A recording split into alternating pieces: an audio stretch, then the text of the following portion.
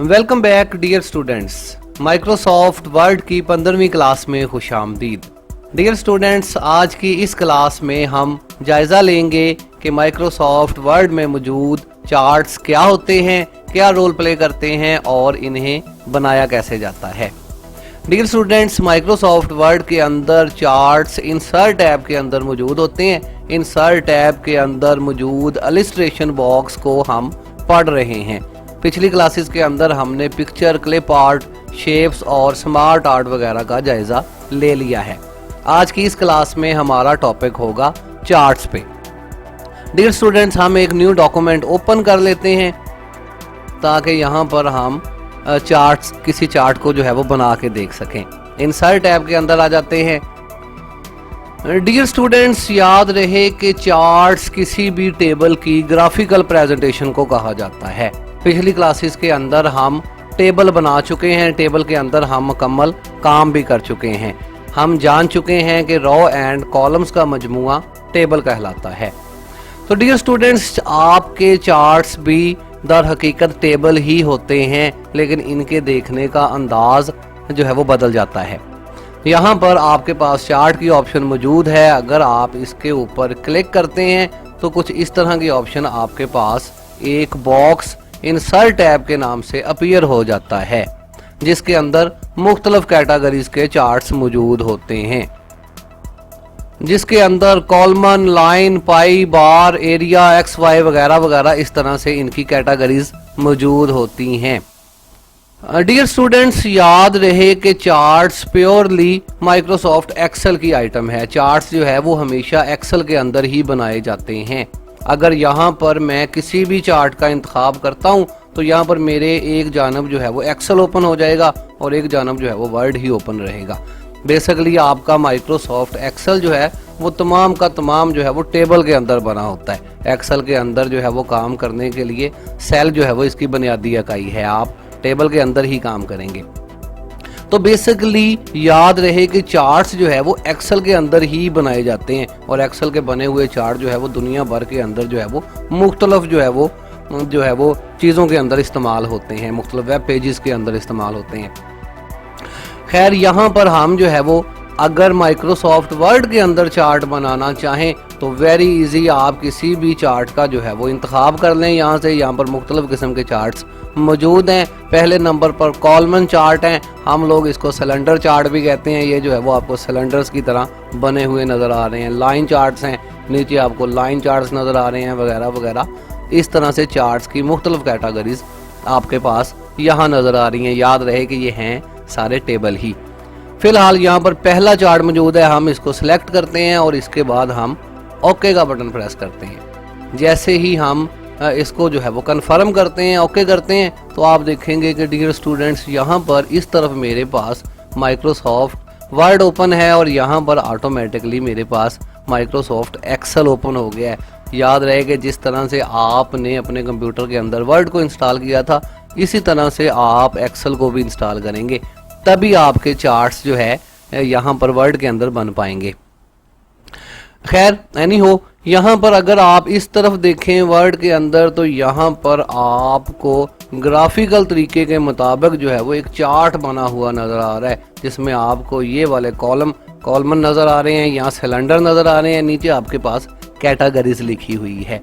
यही कैटेगरीज अगर आप यहाँ एक्सेल में आ जाएं तो यहाँ पर भी आपको कैटेगरी 1, जैसे कि यहाँ पर लिखा हुआ है कैटेगरी 1, कैटेगरी 2 यहाँ पर लिखा हुआ है, कैटेगरी 3, कैटेगरी 4। आप अगर यहाँ से कैटेगरी को तब्दील करके यहाँ पर कुछ और लिखते हैं तो जाहिर है उसका सीधा असर यहाँ पर कैटेगरी 1 पर होगा। यहाँ पर अगर आप इसको तब्दील करते हैं तो यहाँ पर भी ये तब्दीली होगी।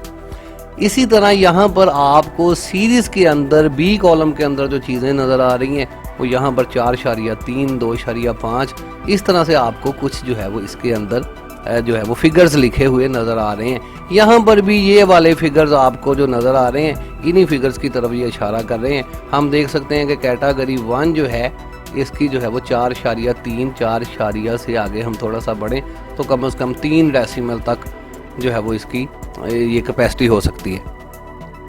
तो डियर स्टूडेंट्स, बताने का मकसद सिर्फ ये है कि आप यहाँ पर जो भी काम करते हैं वो आपको ग्राफिकल तरीके के मुताबिक यहाँ पर इस चार्ट के अंदर नज़र आता है। अभी इसके अंदर थोड़ी सी चेंजिंग करके देखते हैं।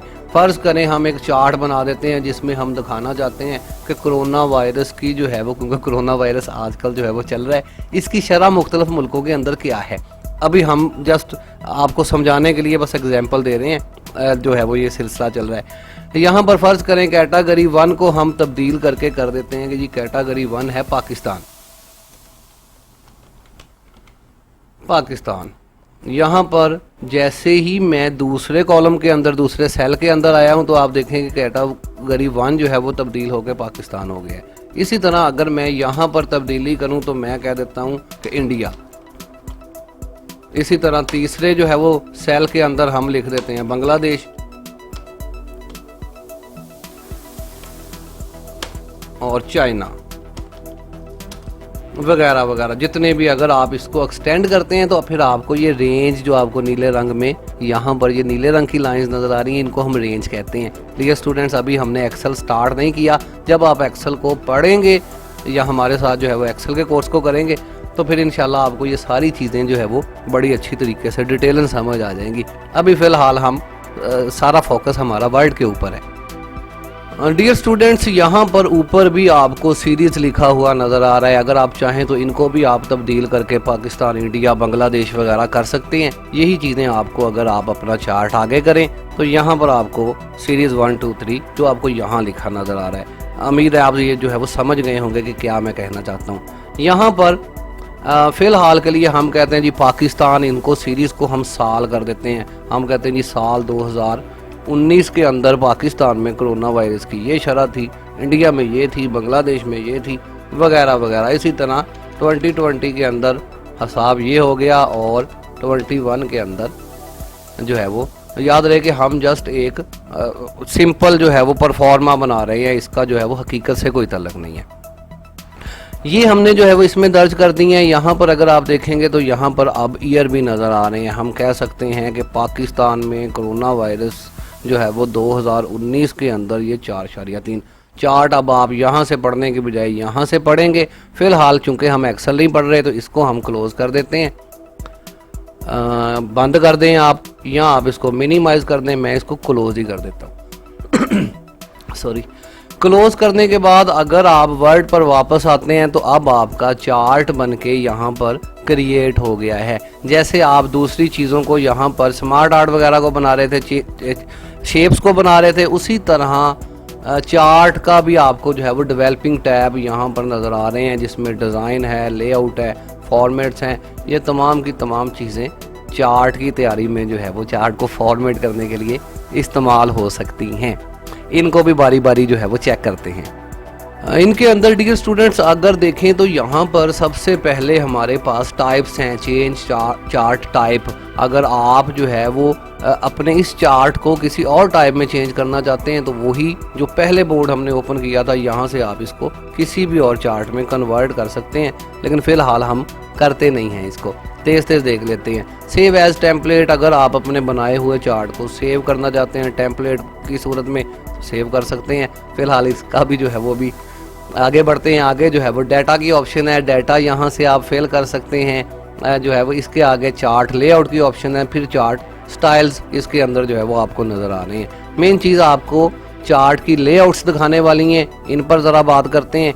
चार्ट्स लेआउट यहाँ पर होती हैं। आपका चार्ट्स जो है वो यहाँ पर कुछ इस तरह से नज़र आ रहा है। लेकिन अगर आप किसी और लेआउट का इंतखाब करेंगे तो इस लेआउट के अंदर आपको टाइटल की भी जो है वो सहूलत मिल रही है। इसी तरह यहाँ पर जो है वो नीचे आपको थोड़ा सा जो है वो इनके ऊपर 4.4 4.3 इनके ऊपर जो है वो इनकी फिगर्स वगैरह इनसे भी लिखे हुए नज़र आ रहे हैं।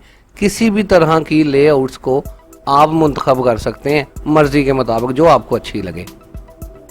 स्टूडेंट्स, पहले तो इसका जो है वो टाइटल तब्दील कर देते हैं। टाइटल को आप बड़ा छोटा कर सकते हैं अपनी मर्ज़ी के मुताबिक। हम यहाँ पर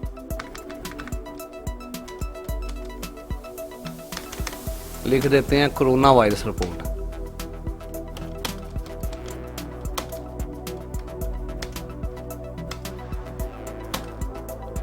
कोरोना वायरस रिपोर्ट हम लिख देते हैं, जिसके अंदर हम 2019, 20, 21 जो है वो दिखा रहे हैं अपने डिमी चार्ट के अंदर, और पाकिस्तान की शरह दिखा रहे हैं, इंडिया वगैरह इनकी जो है वो शरह दिखा रहे हैं वगैरह वगैरह। इस तरह से जो है वो हमारा चार्ट जो है वो बढ़ रहा है। मज़ीद डियर स्टूडेंट्स, आपके पास चार्ट्स के लिए और बहुत सारे लेआउट यहाँ पर अवेल होते हैं। जिस तरह से भी आपको आपका चार्ट जो है वो बेहतर लग रहा है, आप इसको इसी तरह से जो है वो मैनेज कर सकते हैं। अगले डिज़ाइन के अंदर चार्ट के स्टाइल मौजूद होते हैं। यहाँ से आप चार्ट को किसी भी और स्टाइल के अंदर कन्वर्ट कर सकते हैं। कलर्स वगैरह के फ़र्क यहाँ पर आपको नज़र आ रहे हैं। इसी तरह यहाँ पर डाटा सेलेक्ट, एडिट डाटा के चार्ट हैं, क्लिक करेंगे तो वही चीज़ें आपके पास एक्सेल दोबारा से ओपन होगा। एक्सेल हमने आगे चल के अभी पढ़ना है और ज़्यादा डिटेलन वहीं पर हमने जाके बात करनी है। फिलहाल इसको क्लोज करते हैं। अगर आपने डाटा एडिट करना है तो भी यही ऑप्शंस यहाँ पर इस्तेमाल हो रही हैं, आप डाटा एडिट कर सकते हैं। मज़ीद स्विच रॉ कॉलम्स की भी ऑप्शन यहाँ पर मौजूद होती हैं, लेकिन जब आप एक्सेल में चार्ट्स पढ़ रहे होंगे तो ये चीज़ें आपको ज़्यादा डिटेल के साथ वहाँ पर जो है वो मिल जाएंगी। इसी तरह डियर स्टूडेंट्स, यहाँ पर डिज़ाइन के बाद लेआउट और फॉर्मेट के टैब भी जो है वो मौजूद होते हैं, लेकिन हमारा जो है वो अभी चूँकि हम इंसर्ट टैब के अंदर मुख्तसर तौर पर जिस तरह से स्मार्ट आर्ट और जो है वो दूसरी चीज़ों को चेक किया है, इसी तरह हम चार्ट्स वगैरह का भी जायज़ा ले रहे हैं। जैसे ही आप साइड पर क्लिक करेंगे तो आपके नॉर्मल टैब्स आपके पास आ जाएंगे। आप चार्ट्स के ऊपर डबल क्लिक करेंगे तो अब आपके तीनों टैब्स जो चार्ट के हवाले से हैं यहाँ पर आ सकते हैं। मोटी मोटी तमाम चीज़ें हमने तकरीबन डिस्कस कर ली हैं। उम्मीद है कि आपको यहाँ पर जो है वो चार्ट्स के बारे में पता चल गया होगा। अगली क्लास के अंदर जो है वो हम आगे बढ़ेंगे और अगला बॉक्स जो अगला ग्रुप है हमारा लिंक्स, इसको जो है वो चेक करेंगे। फ़िलहाल के लिए मोहम्मद अजीम को इजाज़त दीजिए। अल्लाह हाफिज़। पाकिस्तान जिंदाबाद।